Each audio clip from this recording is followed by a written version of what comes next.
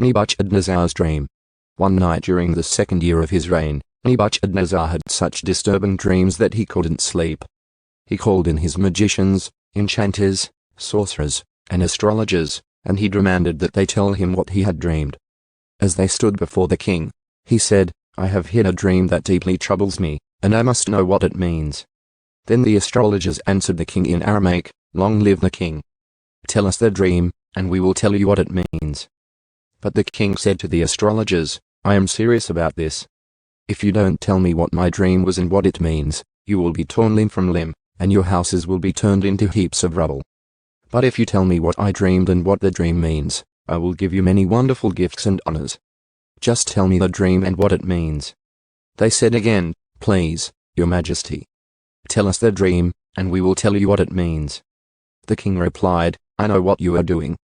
You're stalling for time because you know I am serious when I say, if you don't tell me the dream, you are doomed. So you have conspired to tell me lies, hoping I will change my mind. But tell me the dream, and then I'll know that you can tell me what it means." The astrologers replied to the king, "No one on earth can tell the king his dream. And no king, however great and powerful, has ever asked such a thing of any magician, enchanter, or astrologer. The king's demand is impossible. No one except the gods can tell you your dream, and they do not live here among people." The king was furious when he heard this, and he ordered that all the wise men of Babylon be executed. And because of the king's decree, men were sent to find and kill Daniel and his friends. When Arosh, the commander of the king's guard, came to kill them, Daniel handled the situation with wisdom and discretion. He asked Arosh, "Why has the king issued such a harsh decree?"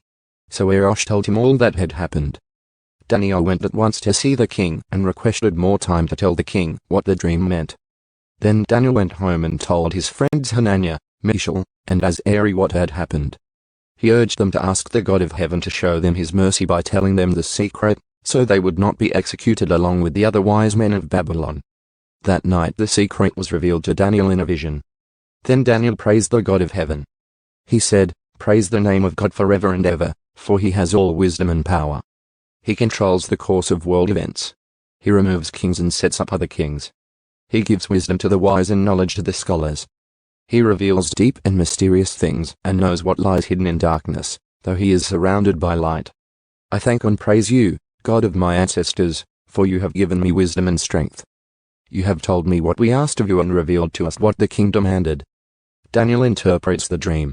Then Daniel went in to see Arosh, whom the king had ordered to execute the wise men of Babylon. Daniel said to him, "Don't kill the wise men. Take me to the king, and I will tell him the meaning of his dream."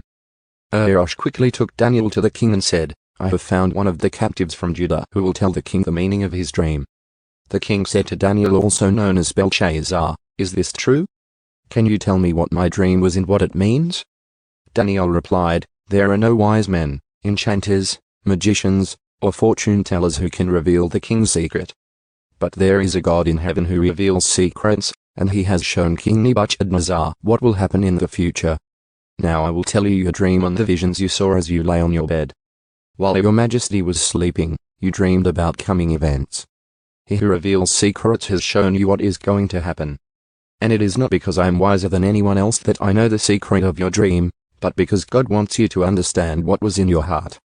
In your vision, your majesty, you saw standing before you a huge, shining statue of a man. It was a frightening sight. The head of the statue was made of fine gold. Its chest and arms were silver, its belly and thighs were bronze, its legs were iron, and its feet were a combination of iron and baked clay. As you watched, a rock was cut from a mountain, but not by human hands. It struck the feet of iron and clay, smashing them to bits. The whole statue was crushed into small pieces of iron, clay, bronze, silver, and gold. Then the wind blew them away without a trace, like chaff on a threshing floor. But the rock that knocked the statue down became a great mountain that covered the whole earth. That was the dream. Now we will tell the king what it means. Your majesty, you are the greatest of kings.